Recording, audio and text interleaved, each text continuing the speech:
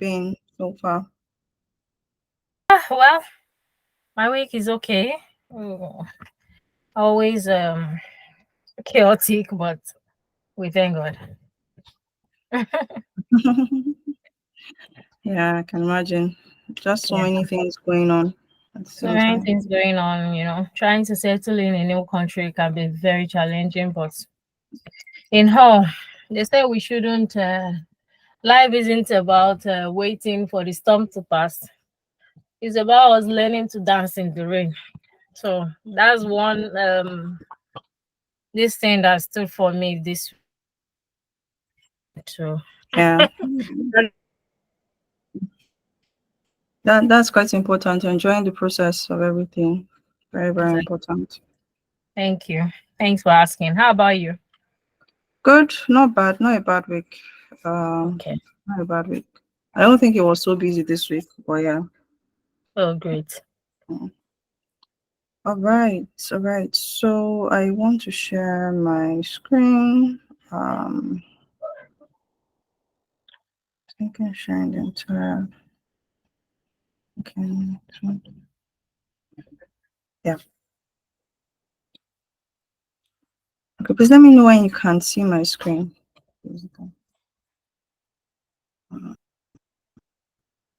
Yes. Okay. So and you can see the slide that I have. Yes. Strategic business analysis. One. Okay. All right. All right. So I'm just going to give I don't know if we started the recording. Genesis, are we started? Because I might not be able to see the screen. Yes, I've started recording. All right. All right. Yeah. Good. Okay. So far we're talking today about strategy. Jennifer, sorry, you need to share your entire screen for your presentation to show. Oh, okay. Hold on. Let me get back to this. It's not presenting. Let me do that again. Share. Hi. So, is it showing now? How do we know if Yeah, it's you can put it on presentation mode. Yeah, showing. okay? All right. Okay. Yeah. So today we're talking about strategic business analysis, or we'll be taking a couple of concepts, right, around the strategic side of business analysis. I know you're going to be doing a lot around the technical side, where you're doing requirement gathering and even the documentation for BAs and all that, right? But today we're talking more around strategy, right? And there are a lot of, I think for BAs or for business analysts, right, the most important thing is we're able to solve problems. And part of the things that we are sometimes faced with is the idea that a company is looking for direction, right? Or they want to make a decision, right? And that's where a lot around strategy comes up or plays out, you understand? But let me just add so far, and maybe the way we'll take this class is I would stop at some points, right? Maybe just ask questions and have interactions on some of the slides that we'll be presenting today, right? Um, and feel free to jot your questions down, if I haven't stopped at any point. That's one thing. Then second thing is we're going to be taking two parts of this strategy business analysis, one today and one on Wednesday, right? As much as possible, we'll try to cover the part one today and then have the part two, right? They're all talking about strategy. We'll be looking at setting frameworks around the strategic side, right? And then we'll also be looking at what strategy is about, and would also touch on a lot of concepts. You understand? So I know it might feel overwhelming at the beginning, right? But I think as you begin to interact with some of these concepts or frameworks, and maybe you have a problem or an opportunity to use them, right? It becomes easier in the long run. So that's pretty much what I wanted to say as an introduction. But before we start, maybe what is your idea around strategy? What do you understand about strategy?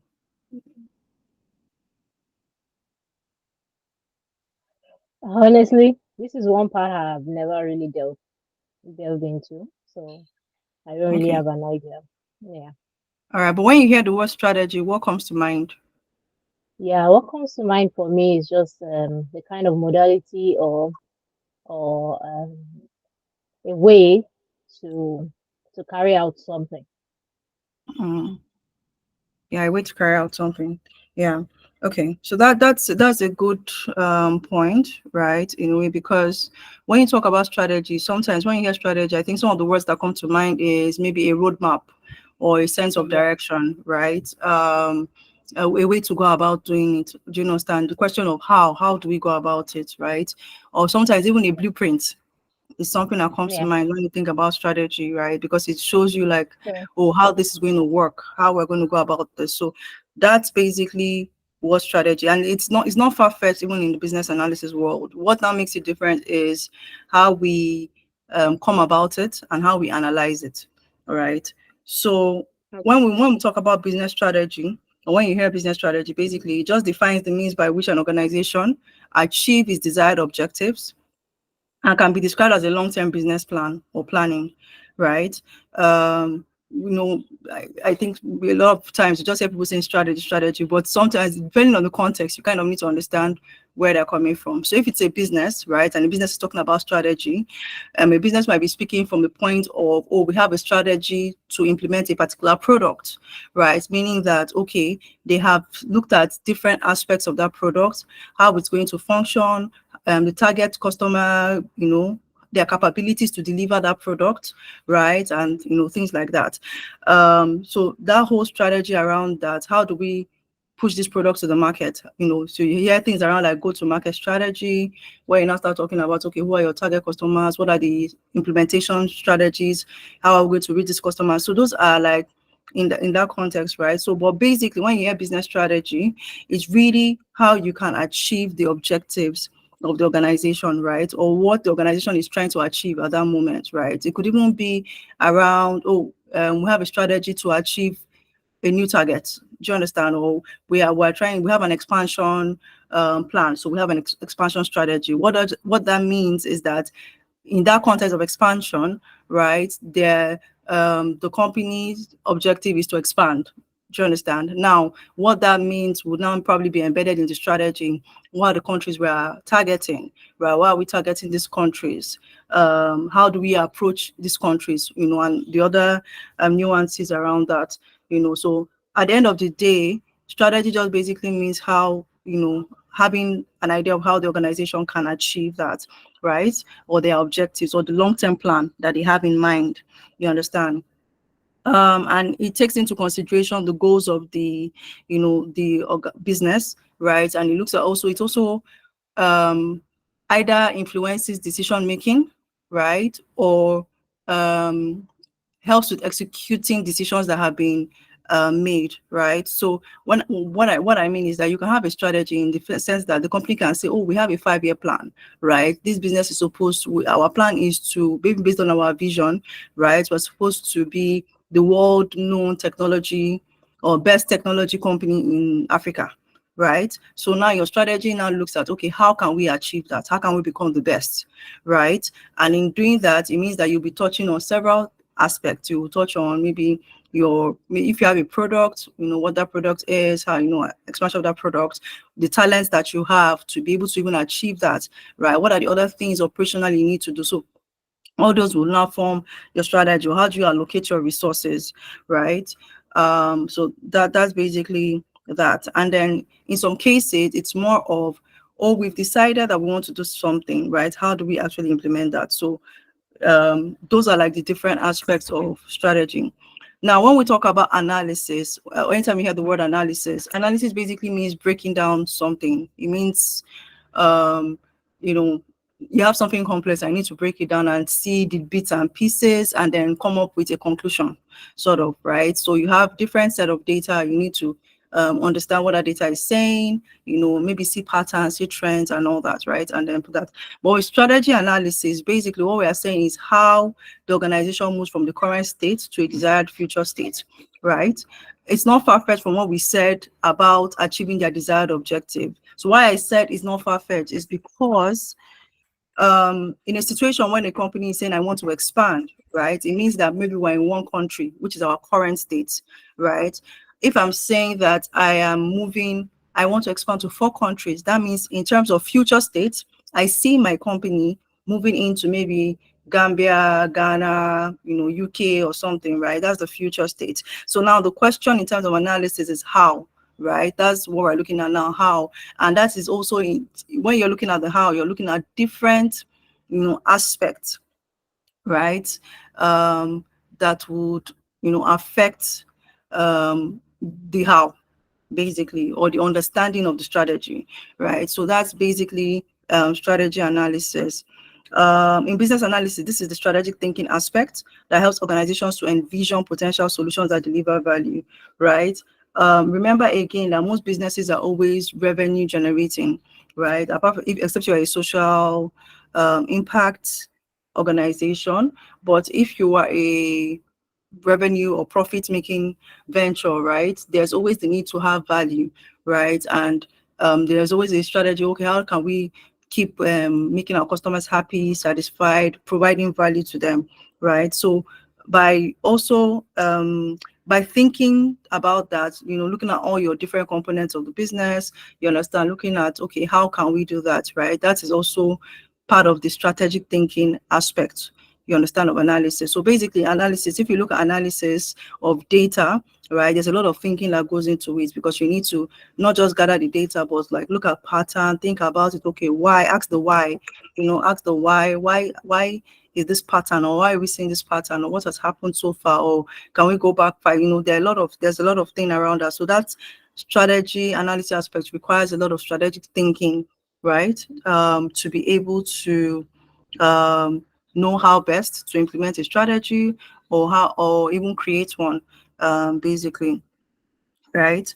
And in terms of strategy, when you in business analysis, when you are thinking about strategy, right, you're not only looking at internal factors that affect the company as a whole. So when I'm talking about internal factors, within the company, you have different parts. You have like the product, you have like the team or the resources, you understand. You might have the technology that is involved. You might have the operational side, the marketing side, right? There are different aspects that you need to consider internally, right? But there are also external environments that influence how a business can achieve their objective or achieve their goal, right? In other words, the strategy. So those are some of the things when it comes to strategic business analysis, right? Or when you are doing it, when you're tasked, with doing that, there are always two sides you look at things around strategy, right? The internal factors and the external factors, right? And part of what we're going to be looking at today, right, would also be looking a lot, would see, like when we're talking about industry analysis, right, which is also looking like external things that can influence a strategy of a business or the direction of a business, right? So we'll also take a look at that, or some of the frameworks around that as well. But I think in a nutshell, or the introduction part, we're just saying that strategy is basically how a business achieves, what's their long-term vision or their desired objectives, right?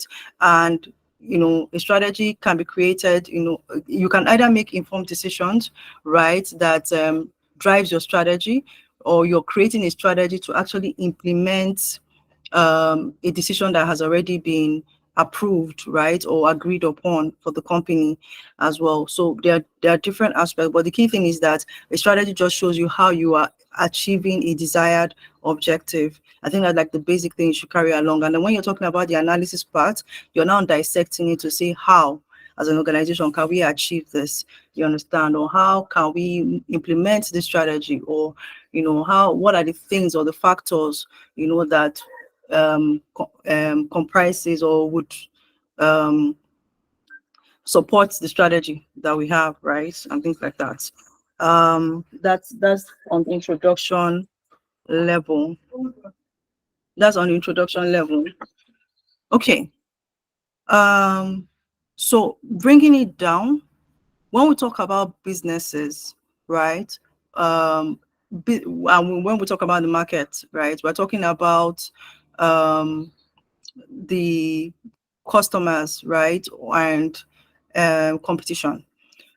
Maybe I should ask, what do you think are the, but I think you have already said that anyways.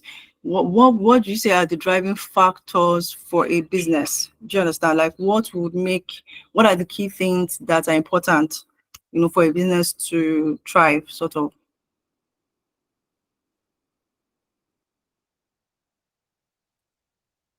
Or what do you think a business should consider if they wanted to look at something around maybe revenue or improving their revenue? Okay. Of course, they have to consider the market, and then consider the customers. What set of people are we targeting? Okay. So maybe my Yeah. other question would be, when you talk about they need to consider the market, what do we mean by the market? Well, I'm not really sure. But I think when you're talking about the market, okay, who are the people we really want to sell this to? Like, who are the Exactly. consumers of this product? Yeah. Who are Yeah. those that want to use it?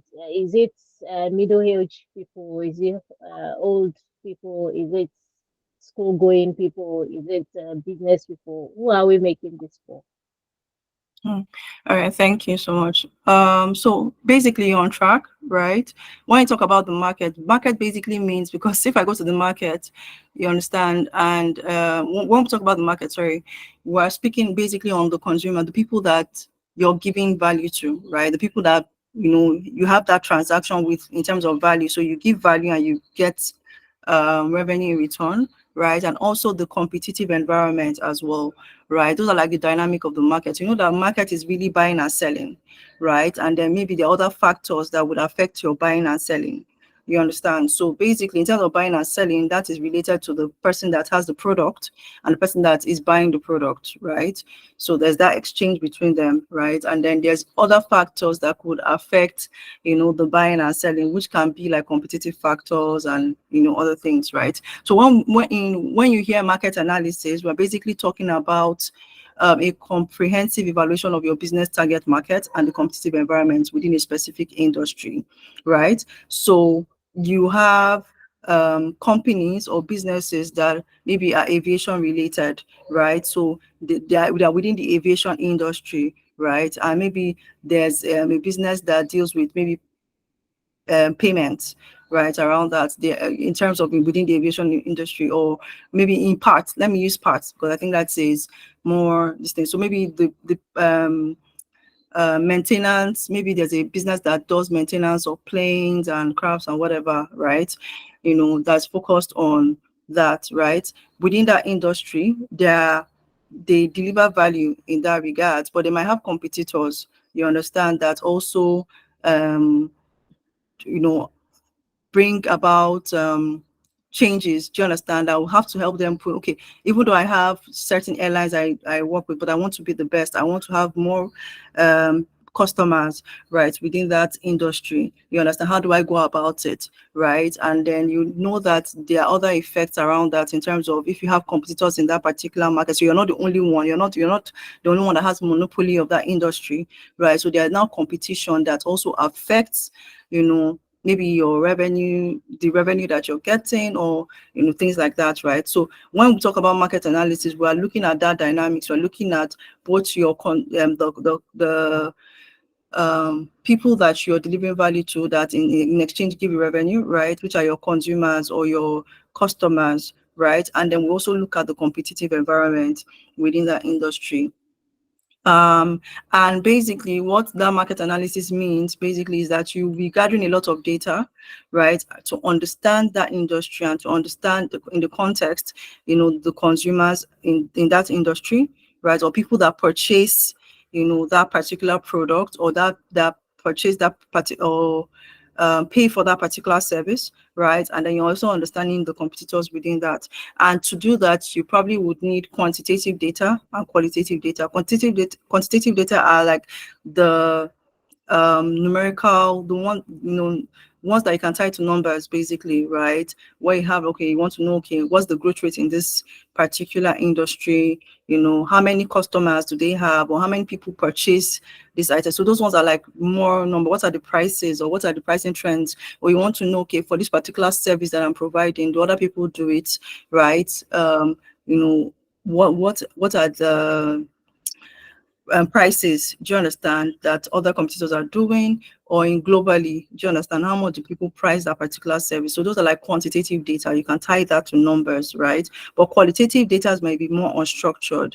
You understand? It may be based on of data that maybe based on researches, surveys, and things like that. That kind of gives you insights that might not be numerical, right? But information about that market, right?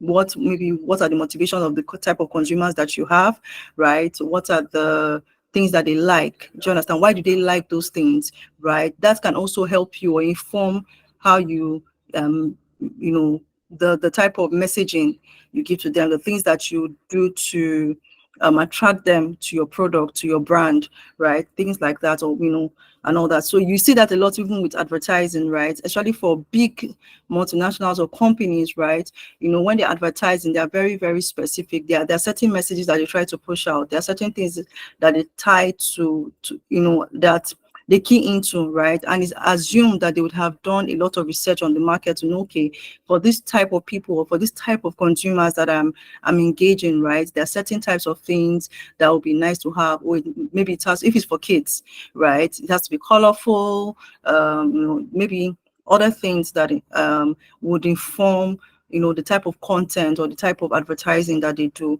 right? Or the type of wordings that they use, right? So things to that if it's an educational thing, right? How do we even, and parents are the ones that are going to be buying it for their kids, so you probably message, just so all that understanding can become under qualitative data, right? So those are like the two main types of data that would inform your market analysis, right? And here you have benefits. Benefits of market analysis. It helps you uncover things that you didn't know about the market, right? And as a business analyst, you know that you find out that a lot of some business analysts actually have worked across different sectors, right? Sometimes it's not about the fact that they are familiar with that particular sector. It's just the fact that they're able to read, understand the sector, right? Maybe in some others, they might have stayed, they might have worked a lot in a particular sector. They find passion, or they are more interested in a particular sector, right? But as a business analyst, your ability to research, your ability to,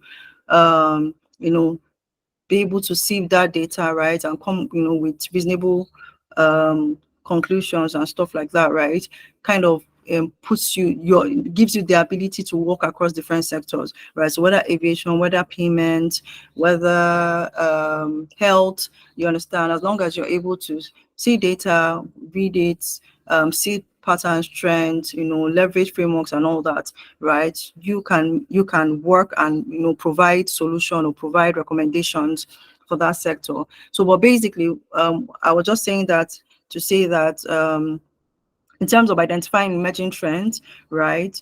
That's part of the things that market analysis help us to do, right?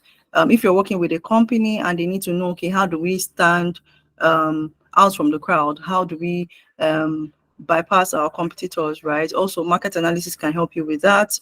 It also helps with making smarter decisions. If you understand the market, you've seen the pitfalls in the markets, right? You've seen the things that have not worked, maybe based on trends. That can save your company a lot of money, right?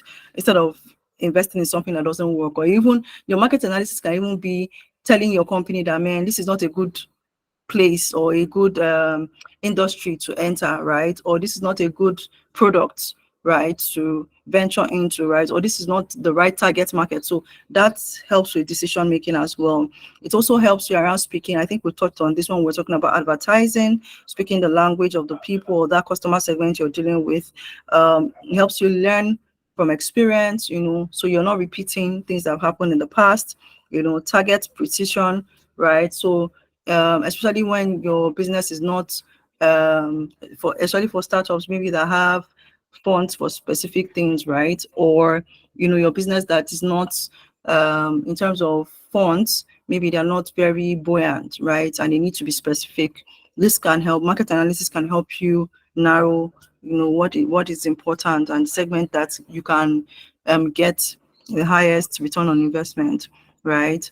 In terms of business performance as well, you can also be able to compare maybe your business with other businesses and say, okay, how are we doing? Are we doing well? Are we doing well in terms of global standards and things like that, right? And then you can even know, okay, what are the things that are coming up in our industry, right? Okay, there are new technologies that are coming up. There are this, things like that, right? That can also help you start even in informing your boss and saying, oh, I noticed that this is a particular trend. How can we, do you understand? Or I think we can actually embed this in maybe one of our products and things like that. So those kind of things helps you keep your finger on the pulse, right? And then charting a new course. If you are entirely new, you have funds, or a business or a company just wants to start off, right? Or an entrepreneur, let me use the word entrepreneur, because I think it's entrepreneurs that really they have ideas and they want to kick off. So someone that just having new ideas in their heart or their mind and they want to, start off that course, right? They can use market analysis to actually chart a new course. Like, it gives them an idea, okay, of how to go about it, or which segments to target, what are the pitfalls in that industry, maybe areas that we need to focus on, which are high priority in the market and things like that. So charting new courses, market analysis. So these are like the benefits of market analysis. In terms of steps, right? Key things that you need to know around market analysis, or steps when doing market analysis, is one, research your industry, right? So research your industry just means understanding that industry through data, right? So you can look at publications in that industry, you can look around trade publications, industry reports, news articles. I find that also news articles can be really helpful in certain research, right? And what that just gives you or helps you, it helps you to even especially with news, at least you can see new things that are coming up, new emerging trends that are coming up, right? What people are saying about that industry, or maybe pitfalls or challenges, right? That gives you insight, okay, to something that maybe you need to do, or what you need to do better, things like that. But it helps you understand. So in terms of understanding your industry, you need to research your industry. So that's what the first step of market analysis. The second part, remember that when we talked about the market, we talked about the consumers, and we talked about competition, right? So investigating your competitors, who are your competitors, right? In that particular market. So understanding their strengths, their weaknesses, where they are, what they've been doing in the past. Just understanding that competition also helps you to also plan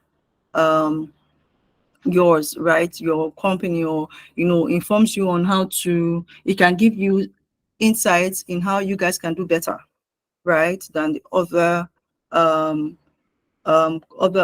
companies. Or it can even give you insights into pitfalls in the industry, right?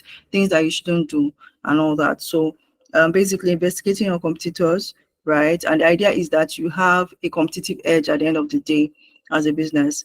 Then identifying market gaps. So identifying market gaps is basically looking at even the data. So based on what you've seen about that industry, your competition and all that, what are the gaps, right? What are the things that can set you apart? What are the things that need to be solved, right? Remember, as business analysts, we solve problems, right? Also, even for businesses, what keeps businesses innovative, right, is the fact that they're able to solve problems. They're able to solve problems. So think about it, right? Even the fact that we have phones or gadgets, right, they're actually addressing certain things. That so phones probably help us with communication, social media helps us with connecting with people. There are different things. These things are actually solving, any business that is delivering value is actually solving a problem, right? So and I know sometimes we just feel like, okay, another competitor or somebody else has done that particular initiative or has created a product around it. But what we know is that in terms of innovation, we keep improving, we keep growing and building on what we've seen, right? So you need to also be able to identify the gaps based on the data you're seeing, right? In that industry, there are possibly that there are gaps, there are things that are and have not been touched in terms of problems. There might be problems that have been touched but not adequately, right? There might be problems that there might be problems that maybe that target customer, or maybe it's not even time, or it's not, how do I put it, relevant for this period of time. It's something that may be futuristic, right? So there are different angles you can look at problems, but of course, basically the key thing is that you identify the gaps, right, in that market, and unsolved problems, basically, or met desires, basically. So that's the key thing around identifying market gaps. Define your target market, and when you identify the problems you want to solve, then who are you solving that problem for, right? Those are critical things you need to, so remember that the market analysis does not just throw you data, right? The idea about market analysis, or when you're analyzing the market, is not about you just having all the data at your footsteps and looking at it. It's basically helping you with making certain decisions, right? Either that informs your strategy, right, or helps you with execution of your strategy, right? So that's like the critical thing. So depending on what the goal of, even your market analysis is, right, you have your data, you identify the gaps, you also identify who you're solving that problem for, right? And the critical thing about that is that, so you're not just solving for general people, right? Or you're just saying you're solving for everyone. You can't really solve a problem for everyone, because the dynamics are different, right? The way you will solve certain things for certain age groups might be different, for other age groups. So for instance, the Gen Z and maybe the millennials, right? There are certain things that you would products that might fly more with the Gen Zs and not for millennials. So those dynamics are crucial, right? And which is why you also need to be able to target or define who you're actually solving that problem for, right? The same thing with when you're looking at kids and adults, right? You can't just say you're solving that particular problem generically, right? Because the way that information or what will be appealing to kids will not be appealing for adults. So that kind of thing. So you need to be clear on who you're solving problem for, and then identify the barriers to entry. What are the things that will hinder you? So thinking about it, you've looked at the data and everything, right? Are there barriers around that might affect what your strategy, right? Are there barriers around it? Is it in terms of regulations? Is it in terms of startup costs, right? Is there strong competition? So anything, right, also is very important, because it also helps you mitigate. Not that you wouldn't enter that market, or not that you won't execute that strategy, right? But the key thing is that you are aware. And what the awareness just helps you to do is to start to think of a way, right, to mitigate the problems, right, or the things that may come up. You understand? So if you're doing a market analysis for your company, and you're telling them that, okay, based on these are the my research based on competition, I've seen our competitors, I've seen their weaknesses, this, I've identified these gaps, right? After identifying these gaps, I think we should target this customer group, or we should target this customer segment, right? And then this might be barriers, or this might be risk that we might have, but these are the things that we can do to mitigate that. So all that thinking goes into, that aspect of market analysis. So identifying the barriers makes you aware, right? And then you can start thinking about, or recommending, having recommendations, right, that the company can do to mitigate that, right? And then another thing again, remember that market analysis also helps us with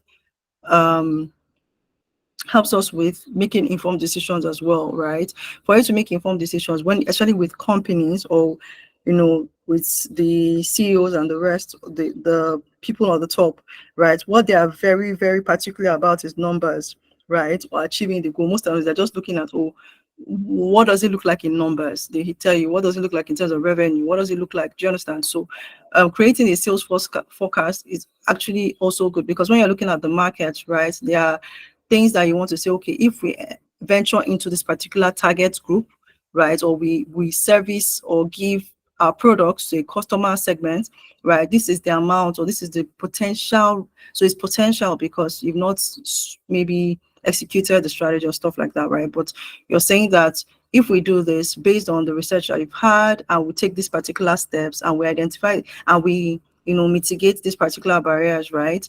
And based on the calculations that we are seeing, we should be able to maybe meet this particular revenue, right, for this particular industry. So I'm going to also talk about market sizing, right? Those are like numbers or numerics, that some of the calculations that you do when it comes to like trying to have a forecast of what we can potentially make from this particular market, right? But these are like the steps that you see around market analysis, or the steps that you take when you're doing market analysis. Some might come before the other, right? But the key thing is that you first of all understand the market or your customers or that industry. You understand your competitors, right? You know the barriers, you know the gaps, right? You also are specific about, okay, who you're targeting, you understand? And then you can actually draw a picture of, oh, if we're able to do all these things, right, this is where, based on this, we can actually have this or generate this revenue or potential revenue, right, from this particular customer segment. So these are basically the market analysis steps. So let me stop here. I know I've talked a lot, and I know that, when it comes to strategy, there are a lot of questions, but yeah. Zulfa, are you still? And please let me know if I'm too fast. Are we together? Any questions?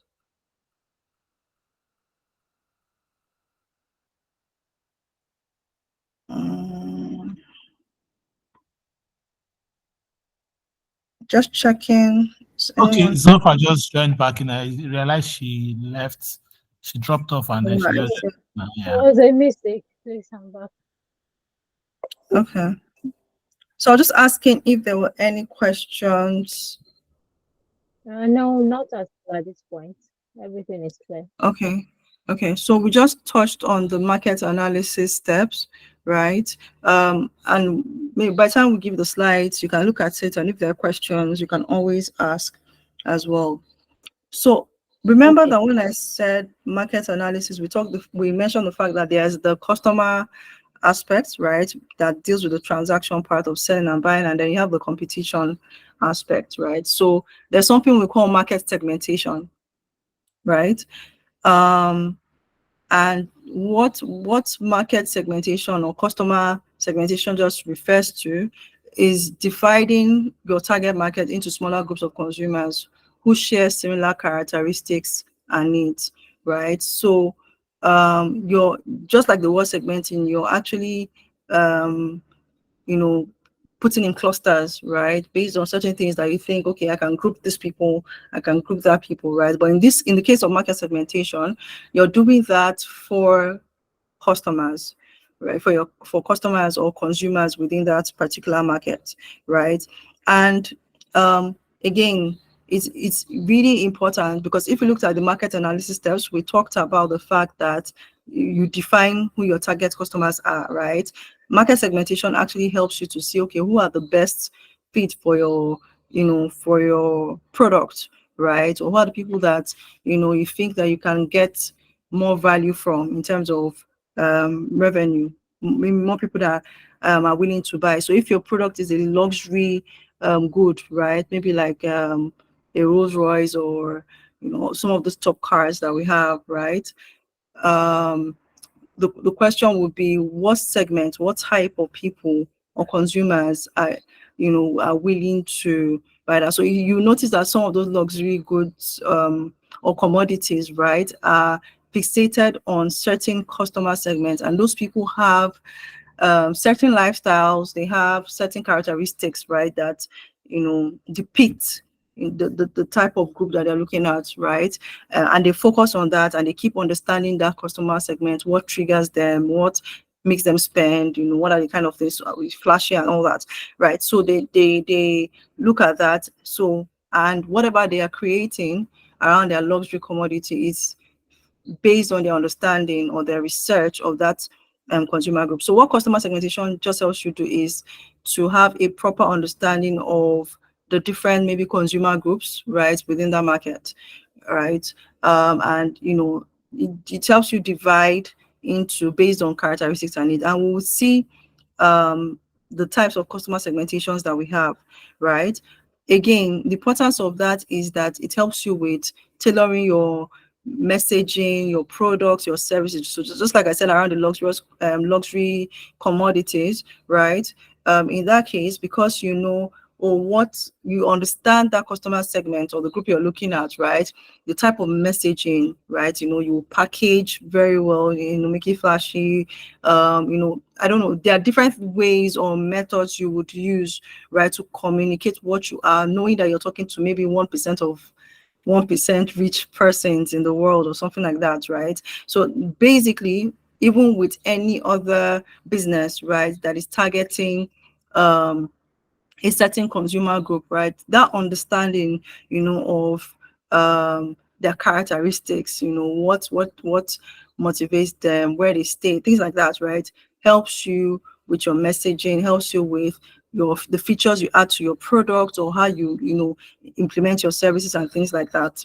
The 4 types of customer segmentations we have, or we'll be discussing, right, is demographic, psychographic, geographic, and behavioral, right? And I think basically all these ones just touch on. So for demographic, you're talking about like age, gender, income, education level, those kind of information or characteristics. Those are things that you're looking at, right? And when you're researching, right, you're grouping your if you're doing by age, right, you can say, okay, I'm looking at 18 to 24, you know, that kind of thing. I want to look at, okay, for each of this group, how do they behave? What are their motivations? What is driving them? Things like that. Or what are their trends in terms of buying things, right? So, but in terms of demographic, you're looking at certain information around age, maybe gender in terms of number of females in that particular place, all right? Or if it's females that are buying your products more, right? Like that falls under demographic.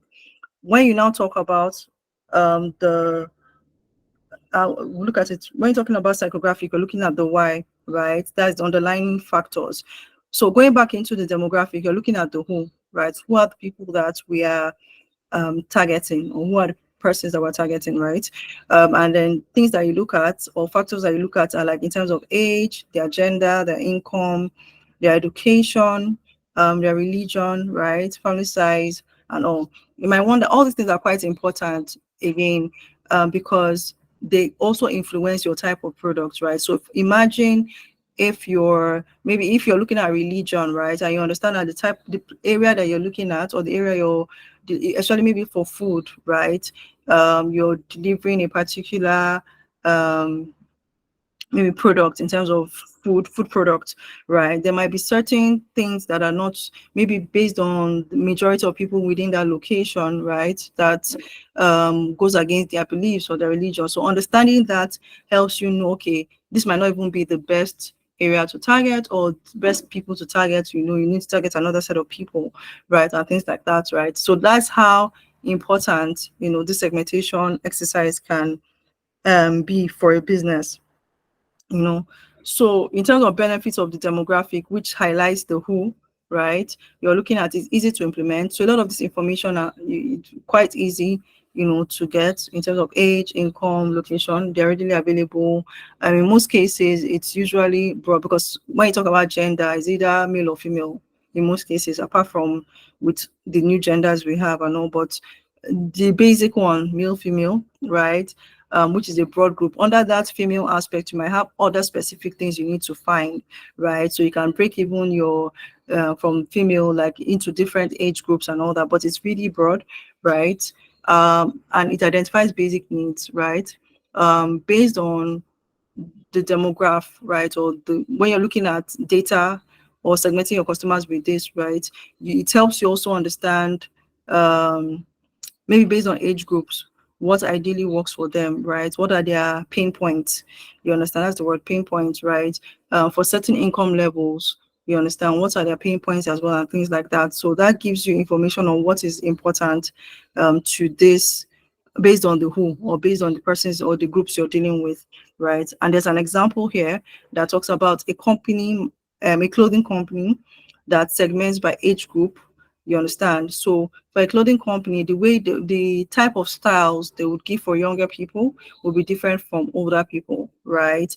Yeah, and things like that. So that's for the demographic segmentation, right? We also have the psychographic segmentation that talks about the why, right? So this is going deeper than just the who, you know. In terms of the why, you're looking at factors such as their beliefs, their attitude, their life goals. These are the lifestyle, right? So this basically just shows their motivation, the things that you know that it's more personal to them, right? And the reason why the why is important is because you would notice that even when you have like groups, okay, for instance, you have maybe certain sect in a particular location, right? They might have maybe a particular character, they might have a particular trend that you've noticed around purchasing, but there may be a reason why that is so for that segment, because it might not apply to other people in other locations, right? So in that situation, understanding the why might be important so that you can keep using that to improve either your product, right? On understanding that why means that you know how to keep motivating them to either use your product or use your service, right? Or help them provide them with maximum value or satisfaction, based on what you're giving them. So that is where the why comes in, right? Which is the psychographic segmentation, right? It gives you a deeper understanding, right? Into their values, their interests, lifestyles. It tells you with targeted messaging, so you know the type. So based on certain people's values, right, you know the type of words to use, you know what not to say, right? For some people, you might use a certain word that strikes them as very obnoxious and all that. But if you understand, maybe their value systems and all that, or you get a sense of what that looks like, you're able to better, coin or craft your messaging, right? And then brand differentiation as well. Understanding the why also helps you, because sometimes everybody's doing the same. You see businesses within a market, they're all doing the same thing, right? So if I'm changing my pricing, right, the other competitor is changing their pricing as well. You see that happen sometimes, especially with FMCGs, right? Their products, you see that happen a lot. So in that case, what can make you stand differently might be understanding why people even buy my product, right? What is that thing that makes them buy my product? So by understanding the why can help you maybe shape or do something different, right? That makes you stand out at the end of the day. So there's an example here that just talks about an athletic apparel company, right? That's my segment by active lifestyle and target customers who prioritize fitness and performance with their product, right? So not just targeting everybody that is into lifestyle, but looking at certain maybe people that are more motivated, you understand, to prioritize their fitness, right? So that's basically one way. But and they might also like I said, the why, sorry, helps you stand out. So basically by understanding, okay, these are the certain types of people and this is why they like my products. Do you understand? They prioritize this active lifestyle, right? You know how best to sell what you're selling to them, right? You know where to meet them and things like that. So it can help you shape the pattern of how you go about introducing your product or implementing your product, or even engaging them or engaging your consumers around that. So that's the why. We have geographic segmentation, right? In this case, it's just based on location, right? Which can be country, region, city, right? Climate or population density, right? So it might be that you're doing a product, that is more, so for instance, certain products that are used during winter might not work, in the summer, right? So understanding those dynamics and all that is very important, right? In terms of location as well. So in terms of the benefits of geographic segmentation, right? You know that it helps you with your offerings. You understand, you know how to present your services, you know how to present your offerings. Maybe you know which offerings that are needed maybe during a particular season, or not, and some that are needed during a particular season, right? Off season, so you know how to adjust, you know how to come up with new additions, maybe to support. So for instance, if you have for farmers, Lebanon is I'm looking at it from a climate position, but you know that, okay, for instance, there are specific particular products that are used maybe during winter, and there are services you provide for them, right? Sorry, maybe maybe you're targeting a particular group of people, right? And then you have the summer and the winter season, but for winter you can add additional things that help them during the winter period, either make them more comfortable, right? Or additional services or products, right? So just understanding that dynamic around the location. It might not be as bad for us in Nigeria. Ours might just be more rainy and dry season, but when it comes to other locations, understanding the location, understanding like in the abroad and all that, the different seasons and things like that can help you, right? Know how to tailor your offerings and services.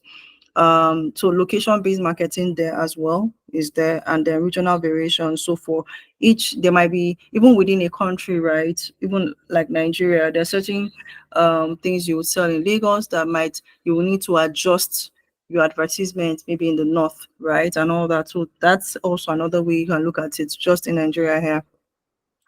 And you see the example of a fast food chain, offering regional menu items based on local taste and dietary preferences, right? So in Lagos, you have, maybe Lagos might even be all-rounder in terms of different, they're more open to different tribes or food from different tribes, right? But you will know that in the north, or maybe in the southeast or southwest, there are more specific things, right? And then when you even go to villages or to villages or smaller towns, you see that sometimes you have to become more specific in maybe in type of food that you're doing for them and things like that. So that is an example of the geographic segmentation.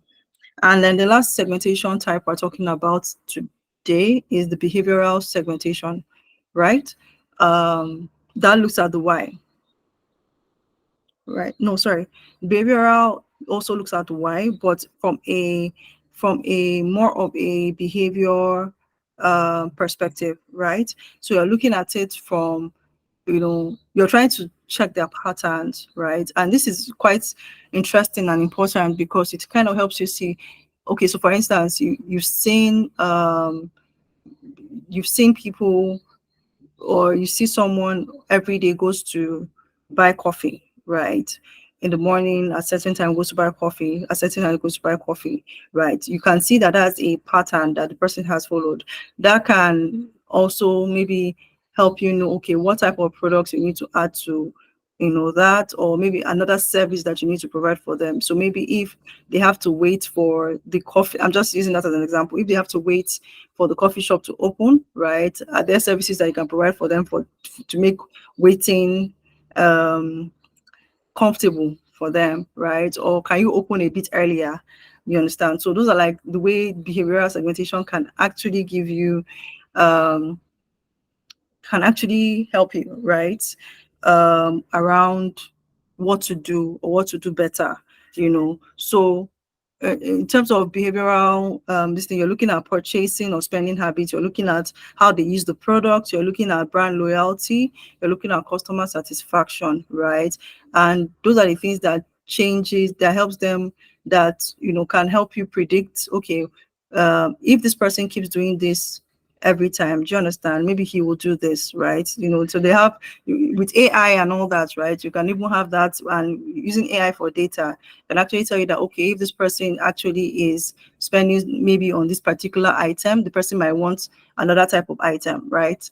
That kind of thing that is complementary to it and all that. So basically, the benefits of behavioral segmentation is it's action oriented, right? Or it helps with action. It helps you with having an action, right? More action. You're more specific in the action that you're taking, right? So if you understand the how people spend, you understand, and what they spend on, you understand. When you're crafting your strategy, or when you're crafting your strategy for that group of people, you're crafting it based on your understanding of how they spend and what they spend on, right? And then you're trying to maybe probably bring items that are close to what they spend on, or complementing what they spend on, right? If you know people's income level, if you're able to use the data to inform, okay, how much people budget for in a month or something like that, right? Based on their spending and how much they spend, you understand, and understanding their income levels, right? You can say, okay, you can use that to actually inform, okay, if people will be willing to buy a certain product at a certain product, you understand, for a particular price, based on disposable income that they have. But basically, what behavioral segmentation just helps you to see or understand is that it can help you around crafting proper actions, right, that the business can take around their products, around their services, right? It also has that predictive power. That's one of the benefits again. Helps identify customers likely for future purchases. So if you know that this particular person, right, buys at a certain point in the month, right, you can also know that, okay, based on previous months that you've seen them purchasing, you know that, okay, every month this person buys this particular item maybe once or twice a month, right? And things like that. So it gives even a picture. It can even help you in terms of when you're even trying to extrapolate maybe numbers, right? Okay, what is the expected amount of revenue we're planning to achieve, right, this month? That's tentatively, even before you have actually gotten that revenue. And then you can use the numbers that you've gotten before, right? So I've seen that, okay, every month we have maybe 10 people purchasing this particular item, right? And it can be on an average, right? So on an average of every month 10. So you know that, okay, this month or the next month or in the next 2 months or 3 months, we're going to be getting this, right? And the question can be, what can we do further, right, to increase that number? So things like that. So that predictive power is also something that behavioral segmentation helps with, right? And then retention strategies allows you target at-risk customers with personalized effort to prevent churn, right? So with the behavioral segmentation, right, if you notice that people are dropping off, right, people are dropping off, maybe if for instance, maybe on a website that you've created for people to purchase things, I noticed that people start the process but they drop off. People start the process but they drop off, right? By seeing that trend, or seeing that pattern, right, that now begins to help you to now start asking questions around, okay, why are people dropping off? At what point are they dropping off? Do you understand? Could it be this? Could it be this? You can have your hypothesis around that and you can test that, right? But basically, just by seeing that pattern or that behavior, right, it gives you this, and then you can now know, okay, oh, this is the reason why they are dropping off, right? So what can we do to mitigate that, right? So you can target them. If it's that they are finding it difficult at a point, you can redo your UI, right? Or adjust your UI interface to make it better, easier. Do you understand? If it's that maybe you're realizing that the pricing is high, can you give them options, right? So all those kind of things can actually help you to retain your customers. So that's the beauty around the behavioral segmentation, right? But these are, when it comes to segmentation, I think segmentation just gives you an idea to understand different customer groups, right, or consumer groups, right? And definitely based on your understanding of that consumer group, you know how to tailor your products, how to tailor your services, how to communicate with them and engage them, right? And what to do better for them as well to add more value, basically. So that is when we talk about market segmentation. Just to wrap up the market segmentation part, right? Basically, you would realize that some of these things are connected, like the different types of segmentation that we mentioned, right, are quite connected, right? So, I can have the fact that my product is focused on females, but even apart from female, I'm focused on a particular location. And there are certain types of females I'm looking at, maybe professional females, and those professional females have certain behavioral,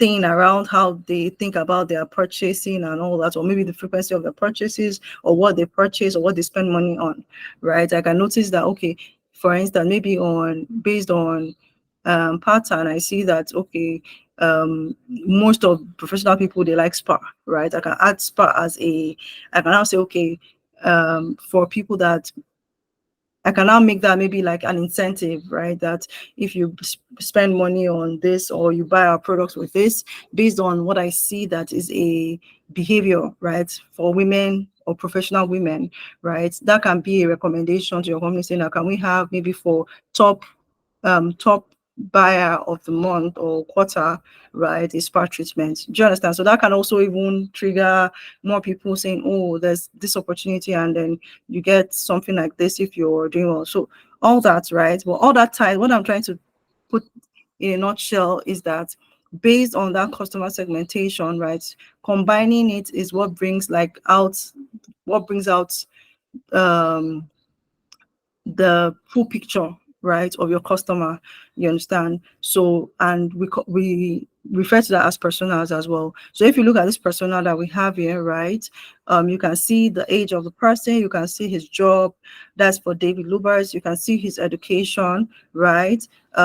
So he has a bachelor's degree, but you might have products or things that you're looking at that will cater for even people that maybe are not educated. It could be for artisans, right? So yeah, but you see his education, you see his location, you see his family situation and all that, right? But you also see his challenges, fears, right? All these things create a better understanding of this customer, right? And then when you're creating your product or when you are speaking to them, right, or engaging them through your marketing and advertisement, you're trying to ensure that you've incorporated all this knowledge, do you understand, to ensure that this person, whenever he comes in contact with your product, he gets maximum benefit, or whenever he engages your marketing content, right, he's willing or interested in buying your product, and things like that. So, but basically, this is what just understanding your customer segment, doing that customer segmentation exercise, right, and putting it together, you can form a persona, right, your customer persona, right, that shows your understanding of the customer segment you want to deal with.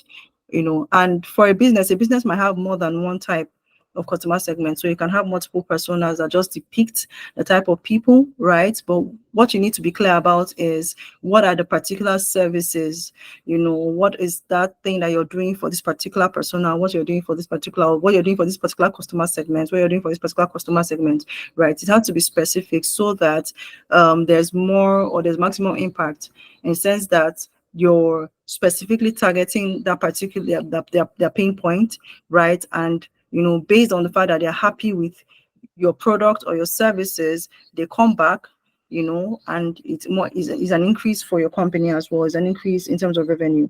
So that is, in a nutshell, the market segmentation piece. I'll take a pause here before we move into competition or the competitors aspect. I don't know if Zolfa is still on the call. I'm still here. I'm wide open. I'm awake. I'm listening. Do you have questions? No. I'm going on with the flow. I understand. Okay. So Yeah. just to sum up what we talked about the market analysis so far, right? And then we talked about the fact that when we're looking at market analysis, you're looking at your consumers or customers, right? And then there's also the competition side of the market as well that we look at, right? What we've actually now focused on, was understanding our customers in terms by doing the customer segmentation or segmenting your customer groups, right? And that is basically just having clusters based on certain characteristics or based on maybe their pain points. So this group of people have the same pain points or needs or characteristics, right? So grouping them, right, and understanding all the other things that would help you deliver value to them, right, or to engage them better. So that's what we dealt with now, which is Is it okay. same just like algorithm? Sorry, I didn't hear that. Is it same thing like algorithm? So when you say, is it the same thing as an algorithm? Most of these things are based on research, not really, except you have someone that can incorporate, can develop an algorithm to help you find these things, right? Oh, Yeah, but that's That's different. But in terms of this, in most cases, it's based on your research, right? Oh, So on you can even do surveys, right? To even understand that particular customer segment. You can look at maybe the people that have engaged your products in the past. You understand? So some businesses have research and development team, right? So all they do is just get data. Some businesses have applications that collect some of this information as well in terms of maybe customer data, customer information, things like that. Do you understand? So based on that, those information that they've gathered, right? The systems that they use to gather those information, you can actually check that. But when you talk about algorithm, I'm not too clear on the question about algorithm. If you're talking about algorithm that helps you find all these things, it means that you're probably developing that, right? But that must, I don't know. I can't really speak much in terms of the algorithm aspects. okay. Yeah. Okay, I get But it. in this case, what Thank I've you. spoken about is you having data, you researching concerning that customer group, right? And then you can actually segment based on, you can say, okay, I want just to look at a particular age group. Do you understand? That's focused on, that's like the demographic segmentation. Do you understand? So if you're saying I want to look at groups between 18 to 35, or only females within this particular industry, right? Or things like that. So what the segmentation just helps you do is just helps you so that you're not looking scattered everywhere. You can just say, okay, you can bucket the type of groups that you're looking at to research on. You get, and yeah, that's what basically the segmentation helps you with as well. So it Okay, just helps to make it easier for you. Yeah. okay. Thank Mm. you. Okay. So yeah.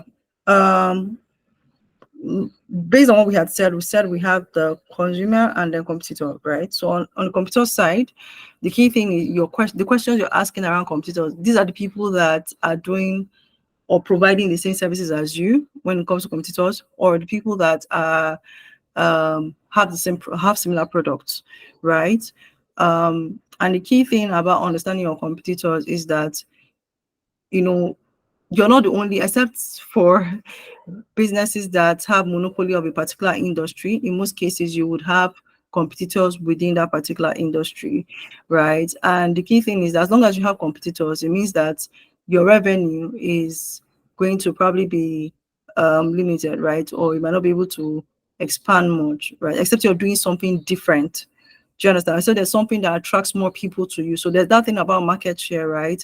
So um there's always that fight or tussle between competitors, right, to gain more market, because more market share means that you have more people that are buying your product or using your product, right, or your services, right, which means it's more revenue generated for you and your company as well, and maybe profits. So there's always that tussle for market share, right? But the key thing around competition is that you want to know what to do better, because if you do not have a competitive edge, right, something that makes you stand out from your competitors, there's a tendency that you might be stagnant, right, and die off. The company will die off.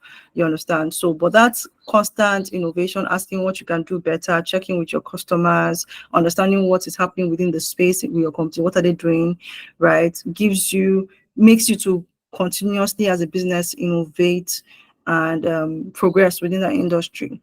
So just touching on competitor profiling, right? When it comes to profiling your competitors, you're kind of saying, okay, who are my competitors? And then, understanding what are their strengths, what are their weaknesses, asking different questions around that, right? And then analyzing that data and saying, okay, based on what I've seen, what can we do better than our competitors? Do you understand? So that's competitor profiling is basically the steps that are written here. Identifying the competition. So who are they, right? What are the data that you need to collect about them, right? So you can collect based on your research, checking maybe their products, speaking with people that know them. Do you understand? Online, to what I saying about them.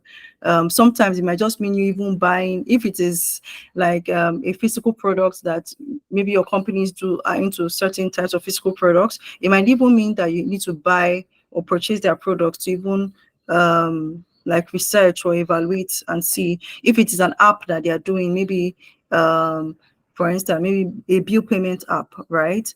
your company does that, another company does that, you might need someone to download the app and even look at and go through the app. Do you understand? Break it down, see, okay, oh, I see this gap here, I see what they're doing here, I see what they're doing here. So what can we do better? How can we improve?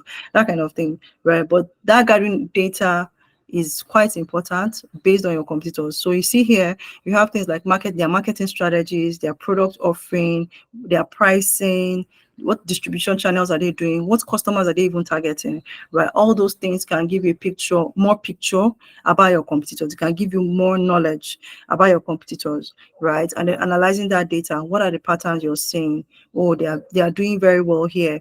Or this is giving them more money, right? Why is it giving them more money? Or in this particular place, I see that they're very weak.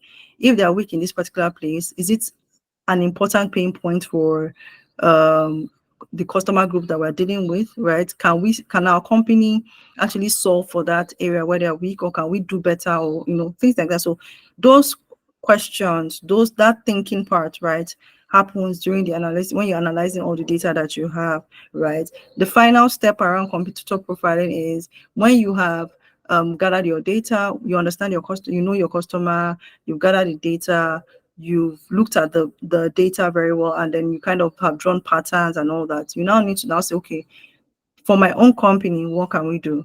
What is that thing that will make us stand based on our understanding of what competitors in the industry is doing, right? Or are doing, sorry.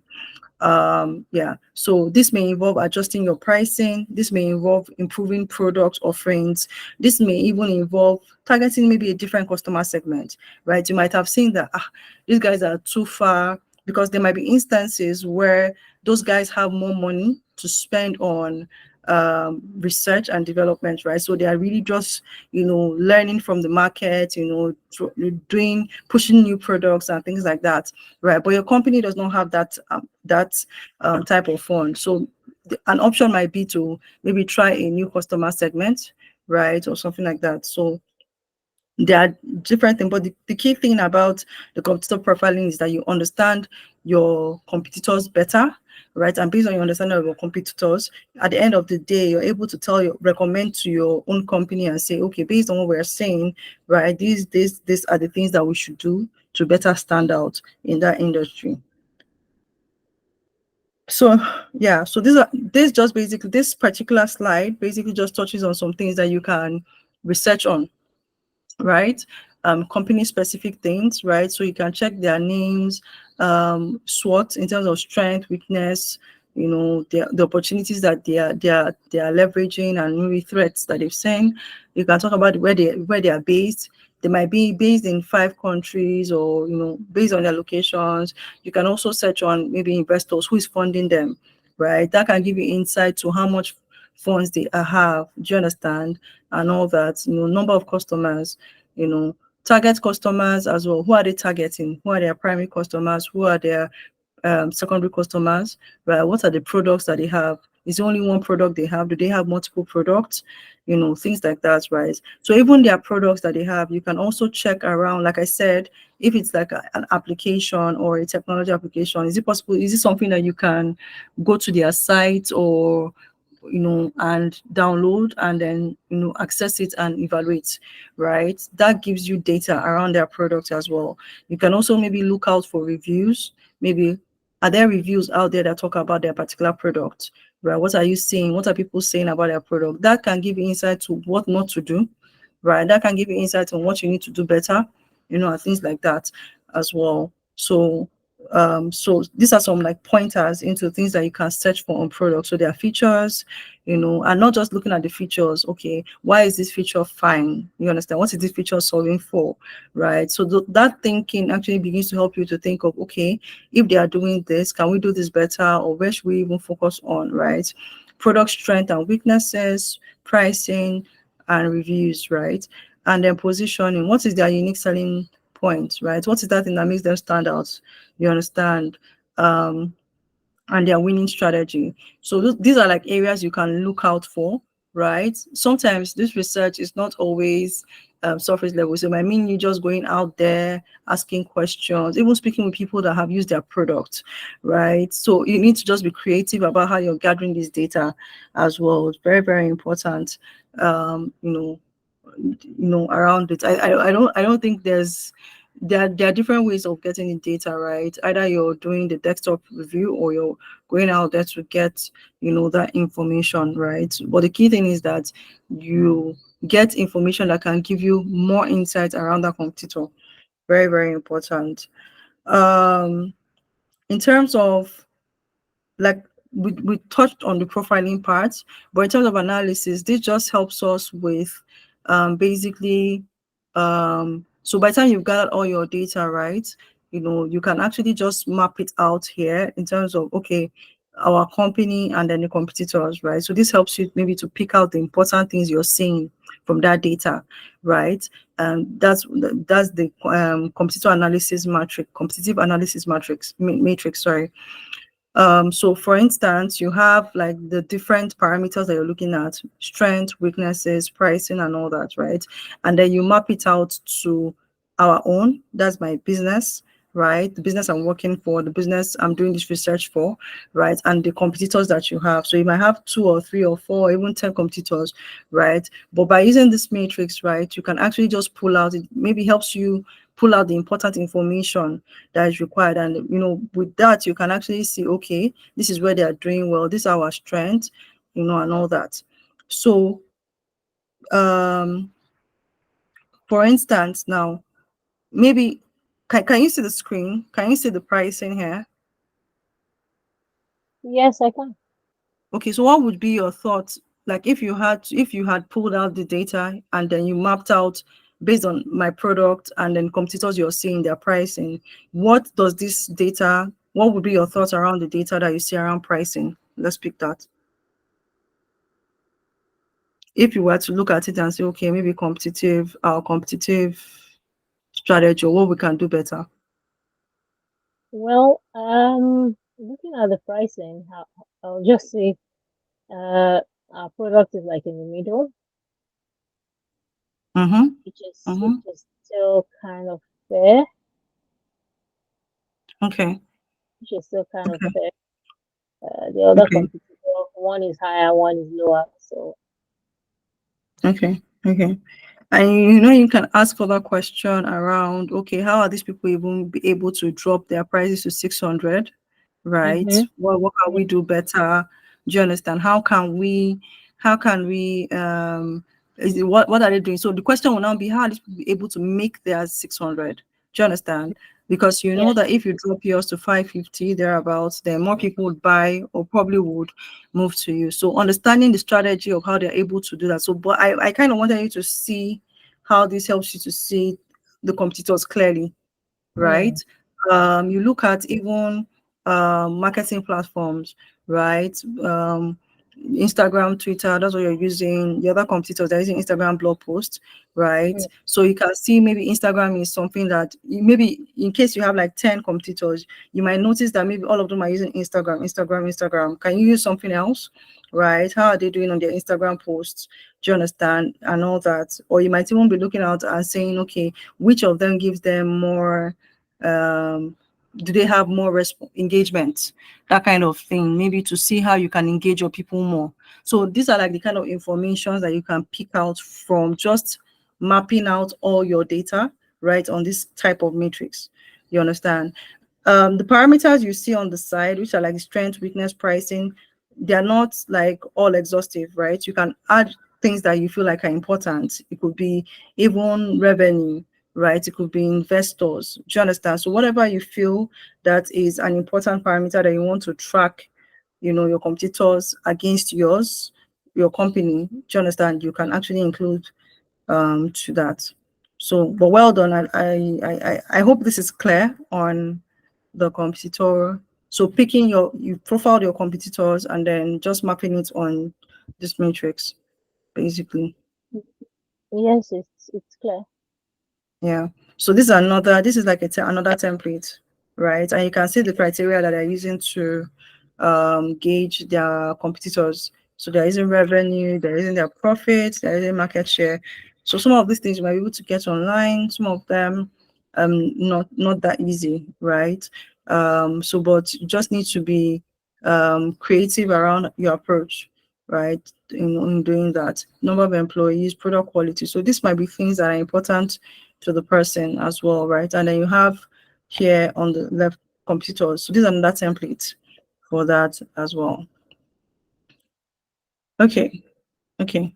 So we touched on, we've looked at the consumer side or customer side, right? And we looked at, profiling competitors that we know, right? On knowing the competitors, the strengths, weaknesses, and all. And if you remember when I was talking about market analysis from the introduction part, I had mentioned as well that you have certain data that is more numerical, which are the quantitative data, and then qualitative data, right? That informs your understanding about that market, right?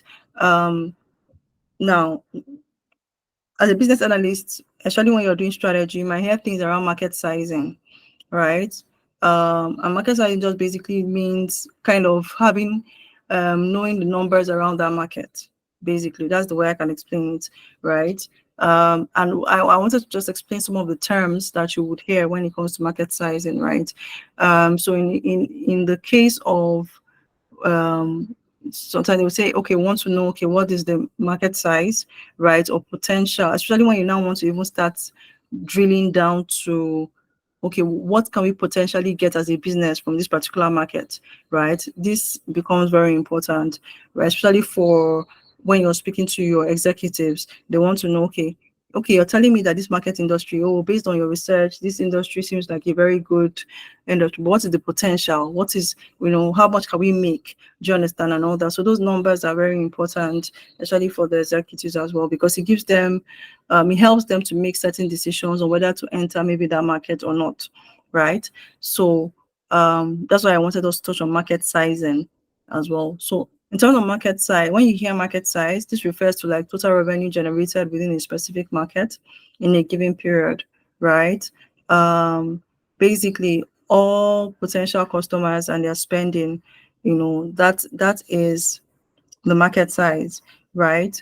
And in most cases, you might, when you research as well, they might have even done the calculation and all that. But market size just basically looks at all the money you can make from that market. So if you're talking about basically, we'll look at, there's an analogy that we'll look at basically, and then the calculation. But when you're looking at that, you're just looking at total revenue that can generate within that specific market in a given period, right? When you now talk about TAM, right, there's what we call the total addressable market. In this case, you're looking at it from a theoretical perspective, right? You're looking at potential customers. So in this case, you estimate the amount of customers that you can get from a particular industry, and we'll see that as we go into the calculation. You're looking at, okay, from this particular industry, maybe there are 100,000 people that do that product, right? That buy that particular product, you understand? But what is the amount that we can get in terms of those number of people? You might not reach all of them. You might not be able to reach as a business all the number of people, but you're just saying that within that market, based on the estimation of people that buy that product or use that service, right? This is the amount that we can make, right? Or this is the potential amount that we can make. So basically, that's why by using the theoretical markets for a product, right? In this case, that's the total addressable market. So the total addressable market just basically looks at all the people, whether you're going to be able to reach them or not, right? But that actually consume or use that particular product or service. That is TAM. When you hear SAM, which is serviceable available market, right? You're now drilling down further, right? So the term SAM SUM basically just makes your, because what you don't want to do when you're giving your executives a number around the potential of that market is that you don't want to give them such a big number. It's nice to give big numbers, right? But you want to also be realistic, right? So what's this market size, and especially when you're now using the SAM, SUM, and TAM, basically you're drilling down further into what is very realistic for your company, right? Because of course, if a particular product that you are selling, right? You know, you're not the only person that sells that particular product in the market. So you have competitors that are doing that as well, right? But you know that, okay, based on what all you and your competitors are doing, there's a market, right? And there's a number of people that engage that product. But realistically, based on what your capacity as a company, maybe you're only in one state, right? You're not across Nigeria, just one state, but you have competitors that are in different countries. You cannot compare what you can reach to what your competitors can reach, right? So you have to be realistic based on that understanding of your own company. You understand? So that is where SAM and SOM comes in. So for SAM, you look at you focus on the portion, right, of that total addressable market that you can realistically reach, right? And that's based on certain assumptions. A lot of the things around market sizing usually are as on estimated guesses, but your guesses cannot just be random. Your guesses must be logical, right? So if I'm saying that I am targeting women of 18 to 35 years, right, with our apparel clothing, you understand, the question would be how many women across the world, maybe I'm using global statistics, right? How many women fall within that age range? I will start with that. That will be my total addressable market, right? So maybe 18 to 35, 1 billion women, you know, fall within that age range, for example, just estimated. Then based on that 1 billion women, right, I know that I am in I'm only in one country, right? That is in maybe Nigeria, right? So when I'm drilling down, it's going to be how many women within that age range in Nigeria alone. Do you understand? And then, you know, how many can we realistically achieve, right? Based on, you know, our resources and all that. So that's I'm not going to be giving my bosses the global 1 billion 1 billion women revenue can be generated. No, because that would give a very, very big amount, but unrealistic thing, right? But when I'm drilling down further to say, okay, within Nigeria, we have this amount of women, and then even within this women group, these are the certain amount of women that can even purchase our product, right? And all that. That gives a more realistic estimate, do you understand, of what we can achieve or what we can gain from that market, right? So that's what I mean, that you can't just give random. Your assumptions, you know, must be very realistic and backed with data, right? So I'm saying that, okay, I want to sell certain cars, or we're selling cars, right, or something like that. Okay, so how many car owners or how many of this brand of cars have been sold, right? In Nigeria alone, how many of that have been sold? How many people in Nigeria even have the capacity to even buy that car based on income standard and things like that? So that's those types of hypotheses, or, you know, assumptions, sorry, basically help you or guide your calculation around the market size at the end of the day. So when you're giving that market size, right, or when you're giving your estimated revenue that can be generated from that market, it's quite realistic. You know, of course, I think most people that do market sizing already know that they're usually estimated guess. But the important thing is that it's not just random. You're not just picking numbers. You know, there's a logic around it. So going back to serviceable available market, right? It's a portion of the term, right? And then when you come to SOM, which is serviceable obtainable market, right? So what you can obtain, right? This is like the most specific part of it, right? Especially within the time frame that you have, or maybe if the company is saying maybe within a year we want to achieve this. So what is that mostly realistic percentage of the SAM, you understand, that you can get? So sometimes this is really a percentage. So some people will just put 5%, right, of my SAM, or 1% of my SAM, right? That they would use that to do that. So depending on what you feel is realistic, maybe based on the company size, or, you know, what they can achieve and things like that. So this is an analogy, right? I as much as possible, I wanted to put examples because I know that this can be very theoretical, right? So I needed us to be able to see that. So when it comes, so this analogy just speaks to market size, TAM, SAM, and SOM, right? So for market size, imagine you're opening a bakery. The total number of people in your city who buy baked goods represent your market size, right? So that is market size and analogy. So when you're now going to total addressable market, you're looking at, this includes everyone who might buy baked goods from you, even those who prefer making their own bread or have a dietary restriction, right? So the term just basically is very theoretical, but you're just also looking at people that, you know, buy and people that eat that particular product, right? So total addressable market, because those people that eat can also buy. So basically looking at the people that would purchase or use that service, right?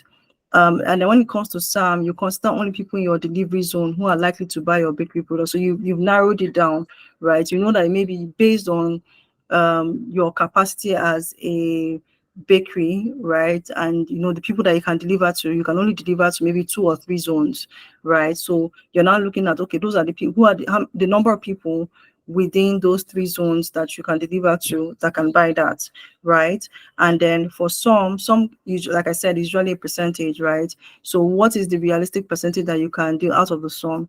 So it could be 1% of your SAM or 5% of your SAM, right? But that is more realistic, you know, and all that. If you look at the right in terms of the example, and after I finish that, I would ask if you have any questions, but let's just walk through the calculation here on the side, right? And the scenario here is you have a startup company that plans to launch a new fitness tracking app in the United States, right? So first of all, we want to know, okay, what is the target market? Who are we looking at, right? And here we've highlighted that the people that we're looking at that will be using this fitness tracking app are adults between 18 to 45, right? And our focus geography is United States.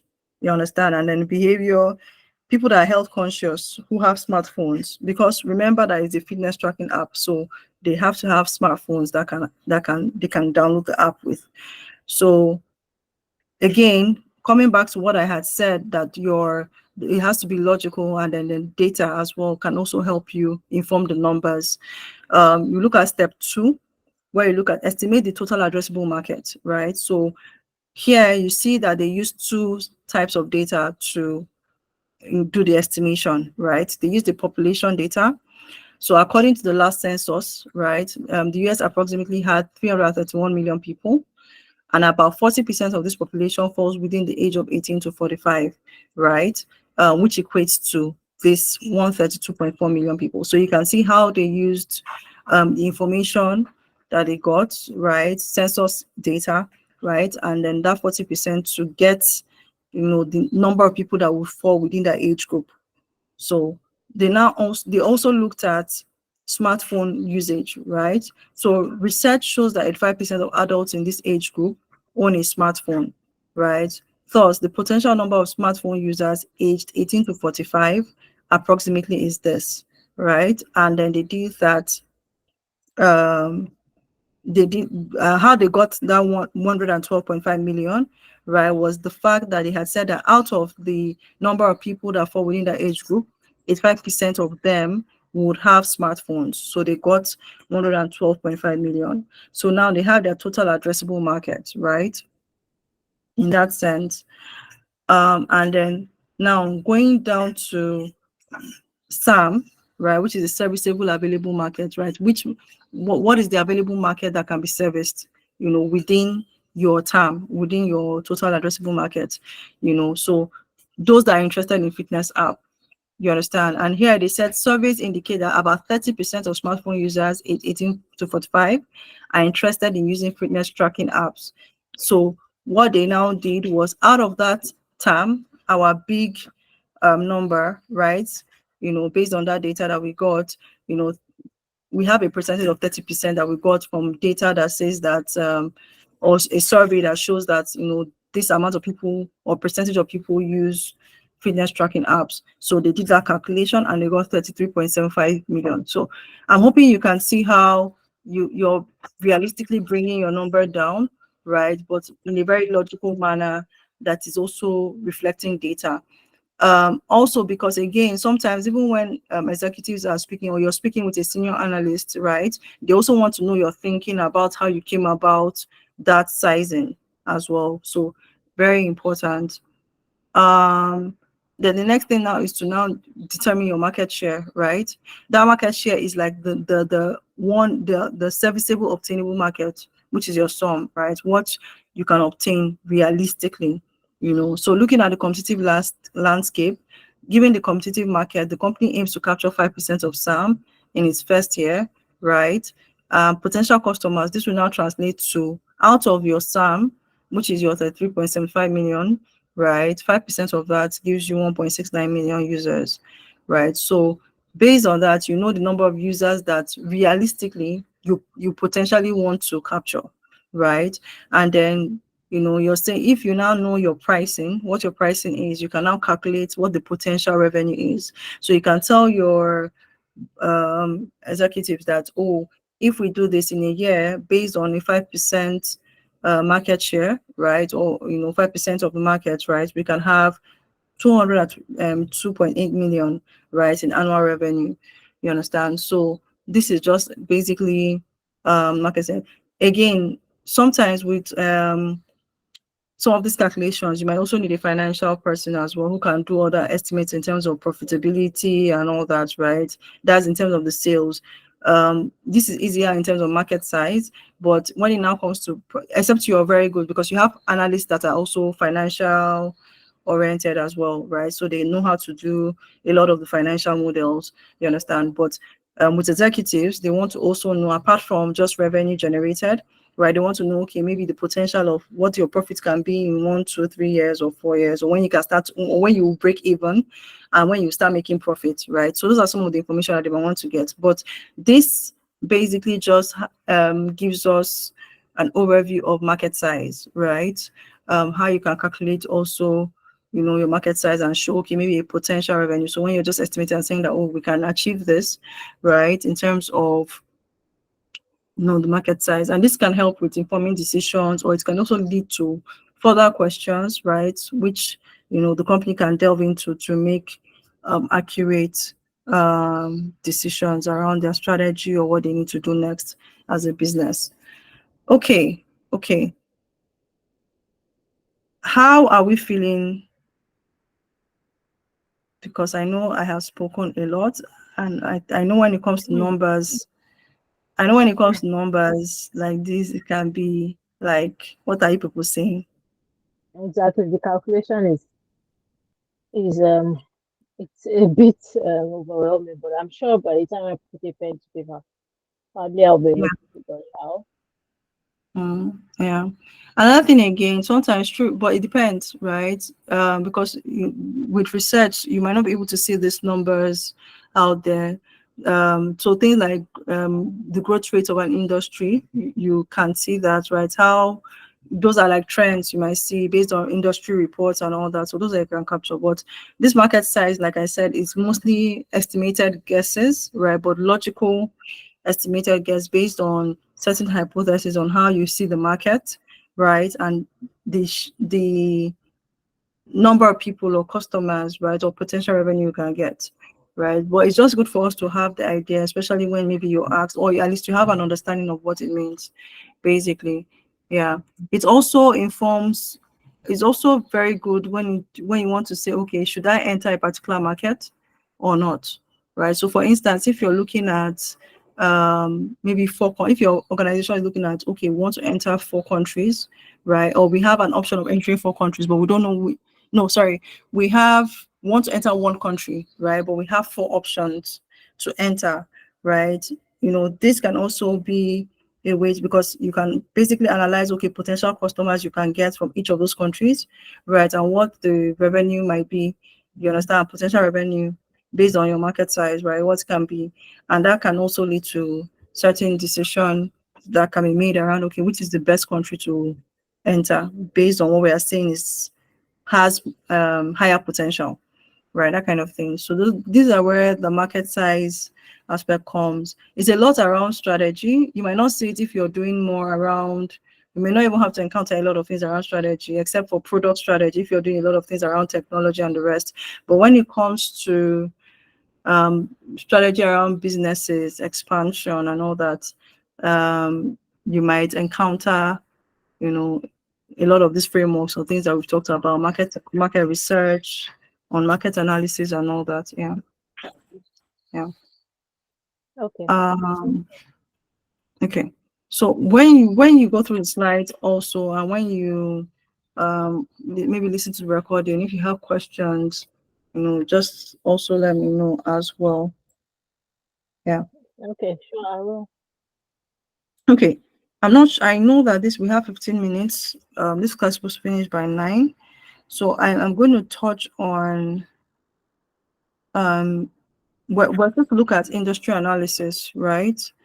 I'll touch on it. I'll see where we stop by 9. If not, we'll probably move it to Wednesday and continue to the part 2 of the strategy class, right? Yeah, but under industry analysis, right? We talked about market analysis, which is one part of strategy, understanding your market, understanding the consumers, understanding the competitors, right? But when we come to industry analysis, we're looking at the broader picture. You're trying to understand market conditions. You're going beyond just one direct competitor. You're going to understand like what are the things that influence that market, right? And there are 2 major frameworks that you would see here, PESTLE and Potters 5, right? But Sorry, sorry to interject, sorry. I can barely see your screen. Maybe you put it on previous. Oh, okay, sorry. Can you see it now? Yeah, it's okay now. Yeah. So what I was saying about the industry analysis, basically it looks at the bigger picture, right? And then you're also looking at, in terms of industry analysis, you want to understand, okay, in that industry, what has been happening historically, what are the current trends, you understand, and maybe predict, okay, what might happen or future trends. When you look at industry publications as well, when you do research, sometimes you see some publications that speak about, between now and 2035 or 2030 or things like that, right? They've probably done predictions around what possibly you'll be seeing or trends you might be seeing in the future, right? So those kind of inform our understanding around that industry, right? But I think the critical thing to pick out when I talk about the industry analysis aspect is that it provides you with a broader perspective, right? So going beyond the consumer, going beyond just your direct competitors, but looking at the overall factors that can affect that market, right? And and as we go along, when we look at the framework, you would see how important it is really to be able to see all those different dimensions of things that can affect the market. And the reason why this is very important is because, especially when a company wants to make certain decisions, right? It's very important to understand the industry, because you don't want to see that, for instance, you might do research and you might find out that this industry, right, in the next 2 or 3 years, right, will fade away, maybe as a result of automation, new technologies that are coming up and things like that, right? So imagine maybe as an analyst, you've recommended to your company to enter that particular industry, and in 2 years or 3 years time, they're fading off. That's pretty bad, right? But with an understanding of the industry and you seeing the trends and what's happening, right, you are able to kind of say, okay, this industry is growing, or this industry is taking a new course, right? Or there are new types of innovations that are coming into that industry, right? And that you can plug into, you understand, as a new company entry. So it's very, very important. So it really gives you an assessment of the market, and you can comprehend market conditions, you can forecast demand and supply, you can estimate financial returns, right?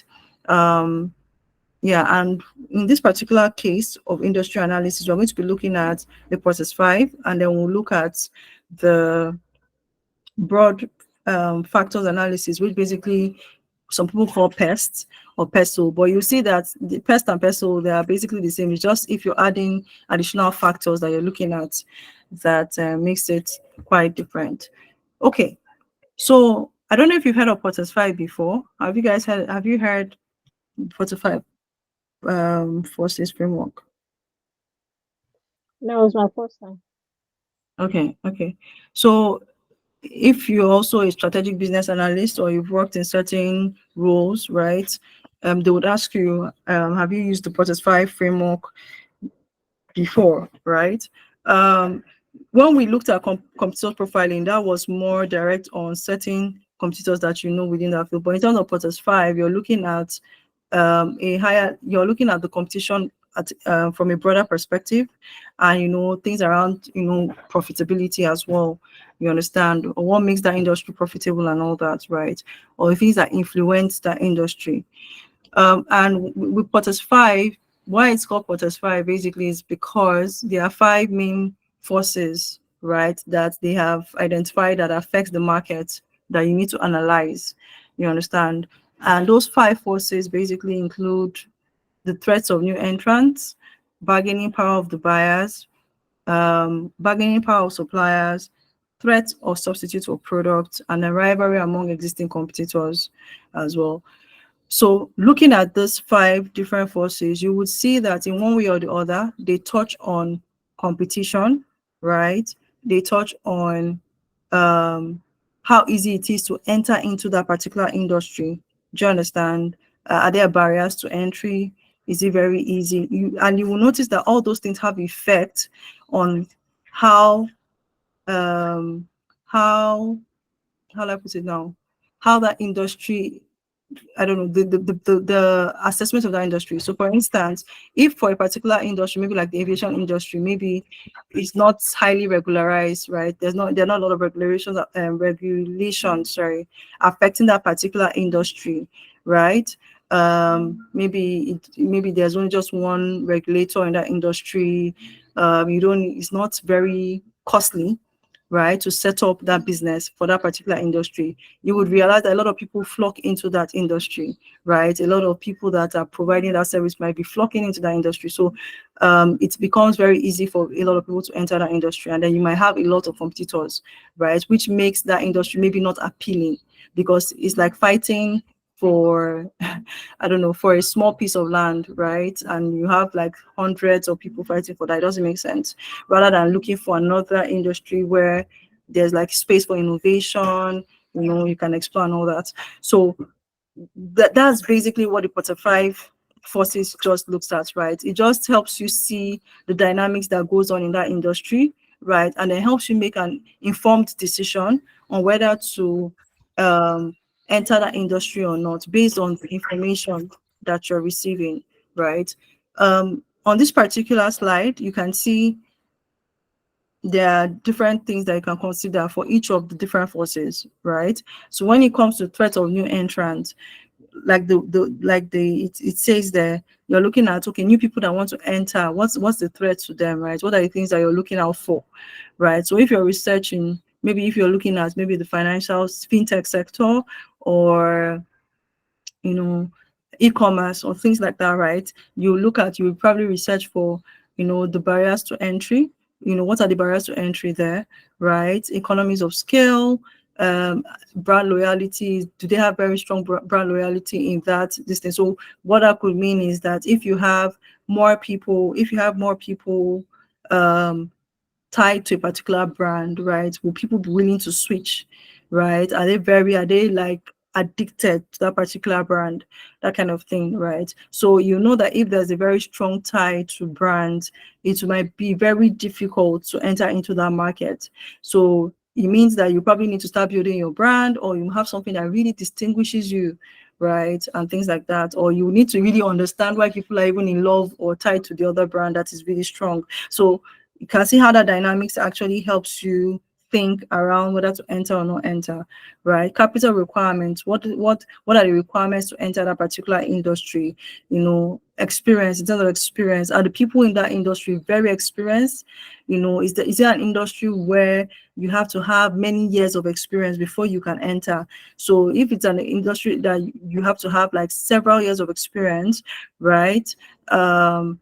And you're just a startup, or just starting off, with maybe people that have very little experience, it means that you would struggle, right? Maybe to even get to enter that particular industry and be established. Is it an industry that has highly a lot of regulations, right? Access to distribution channels, switching costs as well, right? So if the switching costs, this thing, like if it's very high, right, for people to switch within that industry, then it's going to be a problem and all that. So those are like things that you look out for threats of new entrants, right? When you're looking at that particular force, basically, what are the barriers? What are the things that could threaten people that want to enter into that industry? You understand? So you need to consider all the different factors, right? And you could even have more things that you're looking out for. But the basic thing is that you're thinking, okay, what are the things that in this industry affects people, right, that want to enter into that industry? You have bargaining power of buyers, right? You have some things of number of customers there, size of each customer order, differences between competitors, price sensitivity, right? So in a case when the bargaining power of buyers is very strong in a particular industry, it means that the buyers control that market, right? So that can have a very bad or good influence in that market. So if it's buyers that control that market, it means that in that market you can't change your pricing anyhow. You like wherever the buyers are pushing the price, you need to push your price, right? And it means that if you're entering that market and you don't understand how competitors are even doing, when we looked at that pricing, we saw somebody doing 600. How are they doing 600, right? If you're entering that market and maybe everybody is doing 600, and based on your own extrapolation you're doing 700, right? There's not a question of maybe it's because more buyers will go to that, right? And buyers have the highest in that particular industry, right? So is it a good place to go into, right? Would you end up being at a loss if you cannot change buyers to your own goods and all that? So bargaining power of buyers is actually another thing that people consider, right? To understand within a particular industry. You have bargaining power of suppliers as well, right? Number of size of suppliers, uniqueness of each supplier's product, focal company ability to substitute, right? So in terms of bargaining power of suppliers, you're looking at if there's an industry that has so many people that are supplying the same service, right? Okay, that's probably a minus, because it means that you're competing. If you're just coming into the industry and then you have a lot of suppliers already, right, what differentiates you, right? In fact, between even all the suppliers in that industry, are there very big, unique propositions that they are bringing to the table? Do you understand? That also affects, okay, what you're bringing to the table as well, right? Do they have other substitutes that they are delivering, more than their products and all that? So those are other things to consider around bargaining power of suppliers, right? Threats of substitute of products, that's another thing again, right? So if it's an industry where people can easily switch to other products that are alternatives, right? That's this thing. So are there substitute products available? Are there relative price performance of substitutes? So in terms of even the substitute products, how are their pricing, right? So those are some of the things that you want to also consider as well, right? Is it easy for people to just switch to this alternative product, right? Those are some things that you consider around the substitute products aspect, right? And then in terms of rivalry among existing competitors, so number of competitors that are there, diversity, industry concentration, industry growth. So these are some of the things we need to ask as well around the rivalry aspect as well. They're basically for the Potters 5 forces, right? It actually can be, it might feel very cumbersome, but I think by the time you begin to break it down into these different forces, and you kind of understand, okay, what you're looking out for, right, and the industry that you're looking out for these things, the kind of questions that you know how to refine your questions or your research questions, right, to kind of feed you some of the information that you need to understand the different aspects of the Potters 5, right?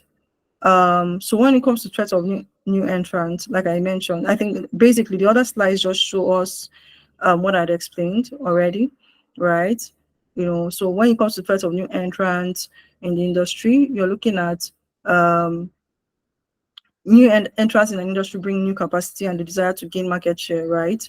So if the threat is, the higher these barriers to entry, the smaller the threat for existing players, and vice versa if the barriers are low. So if it takes a lot to enter that particular industry, right? If it takes a lot to enter that particular industry, then it is a very high threat, right? For new entrants. But if it is not, if it doesn't take a lot, maybe the capital to enter, there are not a lot of regulations, like we said, all those different aspects, then it becomes low as well, right? The same way with, bargaining power of suppliers as well. So for suppliers, basically, you're looking at people that probably provide inputs, right? Or the things that are required within that sector. So I might be a capacity building organization, right, that is trying to understand, Nigerian markets for capacity building, maybe leadership capacity building program, right? But my suppliers could be people that would help with certain types of materials, right? Maybe people that will help with this publishing of my materials, right?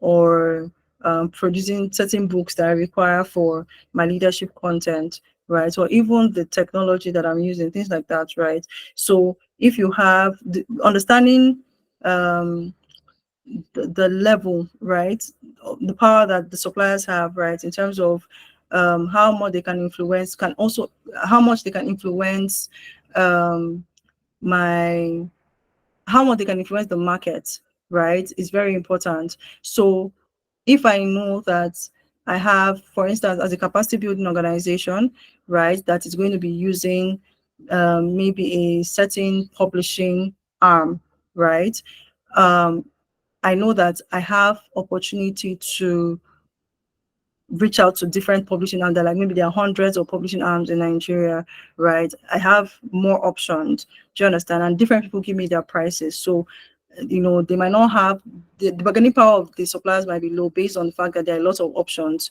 out there for that particular service I need from suppliers. But if it is maybe only one person or two persons, right, and they have a very strong union and all that, it might mean that their bargaining power is high, right? And I have to go with them regardless because I have no option. I have no other option than to go. So you see how that dynamics change, for that market basically as well. Then the same thing with buyers as well. So I'm delivering leadership program to people, right? And maybe there are a lot of leadership capacity building companies, right, in Nigeria. You understand? So the buyers have different options. They can go. They're the ones that control the price. They'll say, if you don't do, I go to another place, right, as well. So basically, in that case, you can't really, you might not be able to raise your price very high. Your price will be determined more from the buyer's aspect, right? And the potential or the implication of that might mean that your you might not be able to maybe either meet your revenue that you planned, right? Or maybe if you had a lot of expense or costs on your end, right, and you have to follow based on the leading of the buyers, that might affect maybe what you need to gain in terms of profitability and all that. So that dynamics can be very tricky as well. Then the same thing with, okay, so sorry, there's a mistake here. I'm supposed to put, I'll change this. But the other part is rivalry, the rivalry aspect, and the rivalry of competitors and substitutes, right? So again, it also follows the same trend as well. If there are substitutes for my product, so the other people, other ways. So for instance, for even leadership capacity building, I'm doing physical trainings, but now you have online trainings. That is a substitute, right? And I there are a lot of online platforms where they can engage this program. So that also affects as well. Then in terms of competitors as well, are there a lot of competitors that are doing the same leadership program? That also affects, the nature of the market around capacity building within Nigeria. So those are the tricky things around industry analysis, right? When you're using the Portes 5, you're trying to basically, I'll change the slide. Sorry about that. There's an error here. But basically, with the Portis 5, you're just trying to understand the different dynamics that can affect that industry, right? Because of time's sake, I've put some questions here that can guide you when you actually, like questions you can ask, right? When you're looking at the different segments, right? So for threats of new entrants, what are the barriers to entry in this industry, such as capital requirements, technology expertise, bargaining power of suppliers, how many suppliers are there, what are the costs, to switch suppliers, how critical is that supply, you see. So for bargaining power, so these are some questions you can ask, right, that can guide your research to understand that particular industry or the dynamics around that, and then there's an example here, right? So let me see the time. Okay, so this is 9:05. Yeah, there's also an example here. I think I will stop here with a case study, right? And what I'm going to do first of all is allow you to take a look at this case study, right? And then if you have questions around it, we can discuss it in the next section. But basically, this case study speaks to what I talked about, right? Around understanding these dynamics, you understand? And then, the overall thing that you can see here, which you can see on top, is that the particular case study speaks to the electric vehicle charging station industry, right? So electric vehicles. And then, based on the different pointers you have in terms of the dynamics in the market or the factors, right, you can actually see that the charging station industry has moderate attractiveness due to high threats of new entrants and intense competition, right? So it does not mean that the companies can't go into this, but the major cannot go into this industry. But what that means is that any company that's going into this industry must understand that there's a high cost in terms of, or there's a high barrier, right, in terms of entry into that particular industry, right? And then there's intense competition. Those are like two things that they must understand. So when you're now doing a strategy around this, you're now thinking about how can we,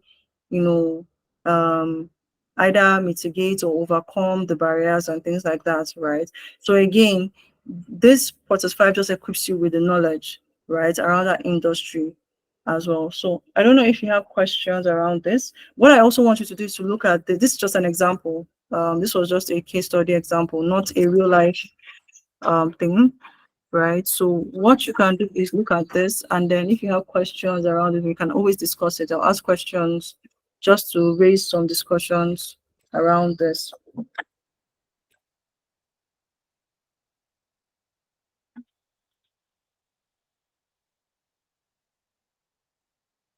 Zolfa? Yeah, I'm here. I'm with you. Just as you say, there's a lot of information. I have to sit down and go through this like again and digest Mhm.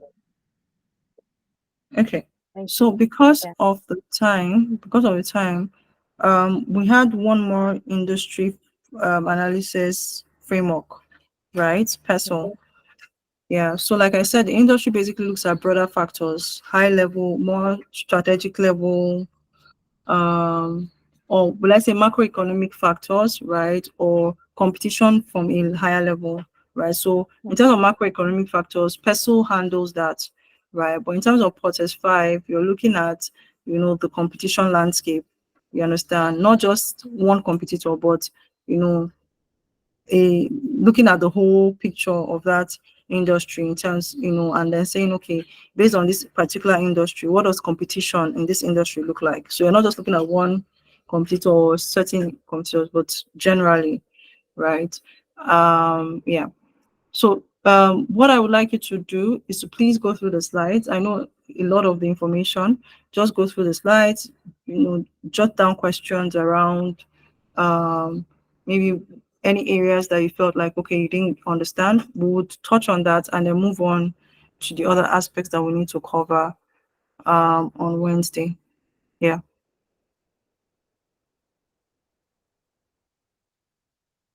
Okay. Yeah, yeah, yeah. That's okay. Okay. Any other thing before we? No, it's not good. No, thank you. All right. Okay, so I look forward to hearing from you on Wednesday, right? Okay. Yeah.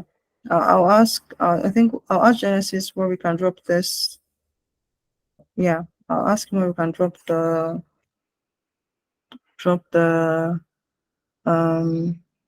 document. Yeah. Okay. Thank you very much. All right. Thank you so much, Jennifer. Um, Thanks, Zofa, for joining in as well. So we'll pick up the other part of the class on strategic analysis on Wednesday so we can get it all wrapped up. Hope you enjoy the class, Zofa. And Yeah, it's okay. you've gotten to know more about the strategic parts of business analysis. So Yeah. today, if you wanted to prepare a strategy or do a strategy work regarding a business idea or an existing business, you'll be able to execute and get it done. Okay. All right. Awesome.